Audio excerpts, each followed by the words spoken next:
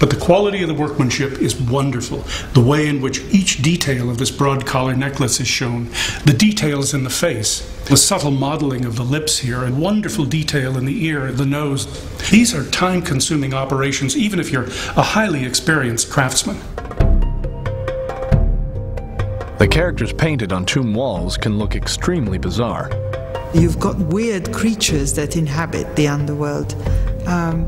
Unearthly beings, alien-type beings. You've got personified snakes. There is a dragon, half hippopotamus and half crocodile, or somebody else which has an absolutely enormous head. It's a funny, weird little character. Once the painting was finished, the last and most important component of all was needed: the sarcophagus. This was the coffin where the pharaoh would finally be laid to rest. Carved from a solid block of granite or quartzite, a royal sarcophagus could weigh up to 10 tons. With the sarcophagus in place, the tomb was complete. What had begun as a cavern dug out of the bare rock had been crafted into a finely tuned vehicle for transporting the deceased to the afterlife.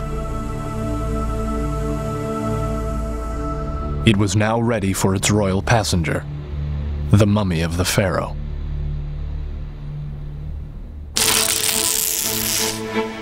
The body of the dead pharaoh, Seti I, is almost ready for his journey to the afterlife. After his body has been disemboweled and dehydrated, all that remains is for him to be wrapped in the finest linen. The wrapping goes on for days and days on end. And in the mummy wrappings, they insert, in very specific places, a number of amulets. To the Egyptians, amulets had magical powers. The Ankh was one of the most important of these. It would guarantee Seti eternal life. More than 150 amulets would originally have been placed among his bandages. You will have a set of little steps so that he can climb up to heaven. You will have a tiny little headrest so that the head of the king will always be upright. Amazingly, more than 3,000 years after his death, Seti's mummified body is still with us. It was discovered at the end of the 19th century and remains on view today in the Egyptian Museum in Cairo. You look at the mummy and you say, in a sense, he's cheated death. I mean, the embalmers did it. They wanted to give him immortality, and they did. This is top-of-the-line mummification. I mean, this is really the embalmer's art at its best.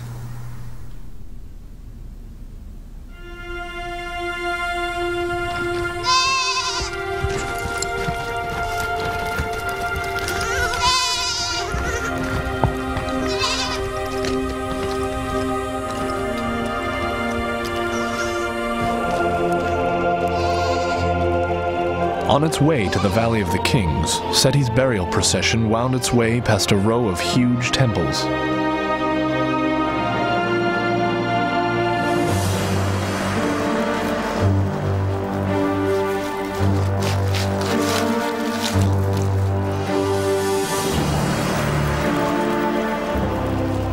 The procession for the funeral of the king must have been an absolutely incredible event. The coffin was a very heavy object, and it has to be pulled for miles.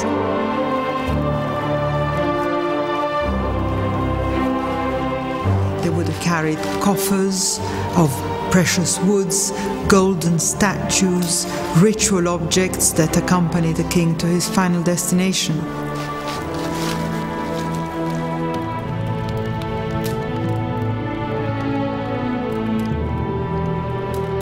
Finally, Seti I was carried into his tomb, set deep within the valley rock.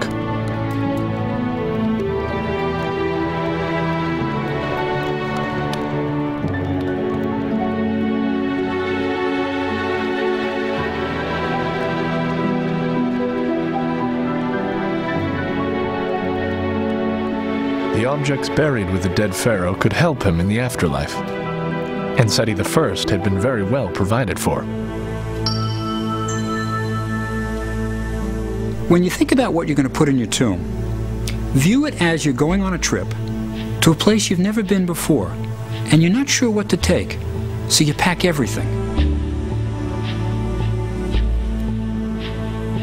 He needs all the things which made him comfortable in this life, so that when he's reborn, he has his clothes, his cosmetics, his jewellery, everything else he needs for a comfortable existence. Every aspect of the afterlife was catered for.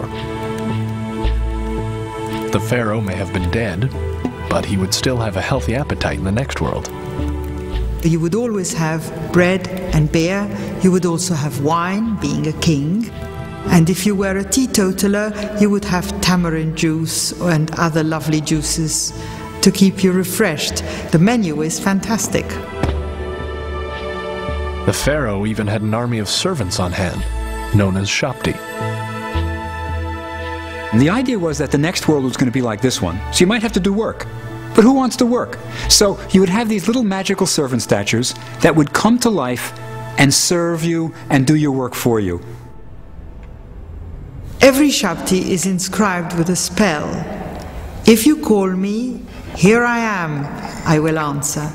So you may end up by having 400, 450 Shaptis in your tomb, all neatly packed in a Shapti box, and every single one of them is going to look after you.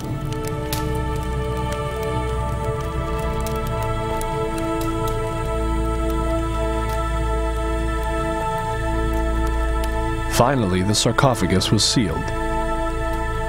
Surrounded by all his treasures, Seti I could now look forward to an eternity in paradise.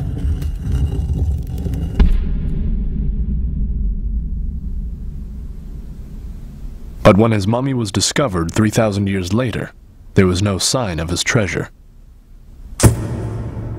Recent X-rays reveal all that remains of his vast wealth is a single golden amulet still wrapped in his bandages.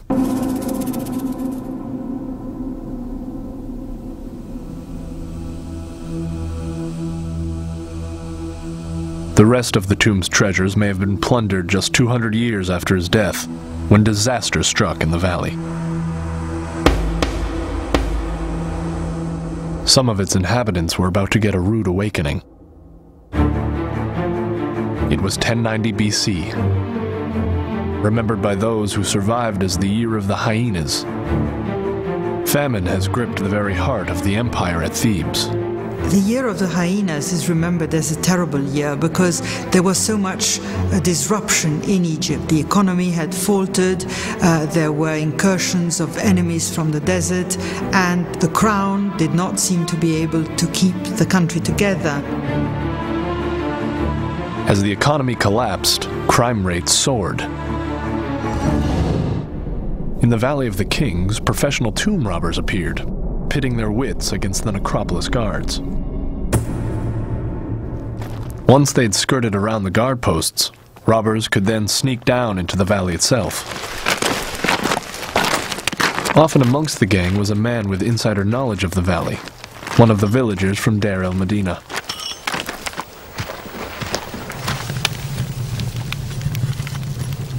Robbers didn't force their way through the front door. Its broken royal seal would be noticed at the very next inspection. Instead, they often broke into tombs from above. Robbers are the same everywhere. They're willing to take a real risk if the payoff is big enough. And the tomb of somebody like Seti I, there's no bigger payoff.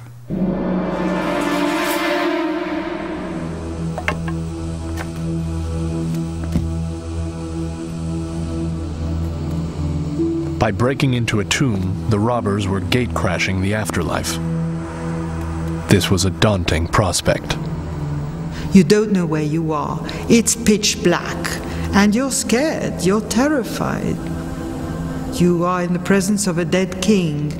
You have in the tomb not only a decomposing or decomposed body, but all the food that has rotted away. You may have animals that have burrowed in there and that have died. So there's a smell of a stench of death. Deeper into the tomb, The intruders would face the guardians of the burial chamber.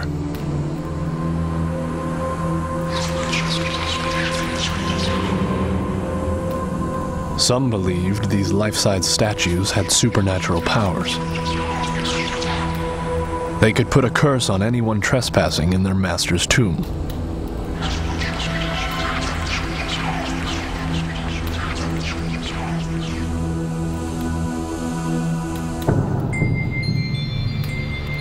Once in the burial chamber, the robbers found what they had come for.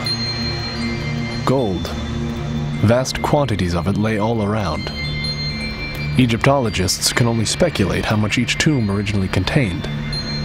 The guesses are wild. I have heard figures from as much as 1/4 ton of gold to 100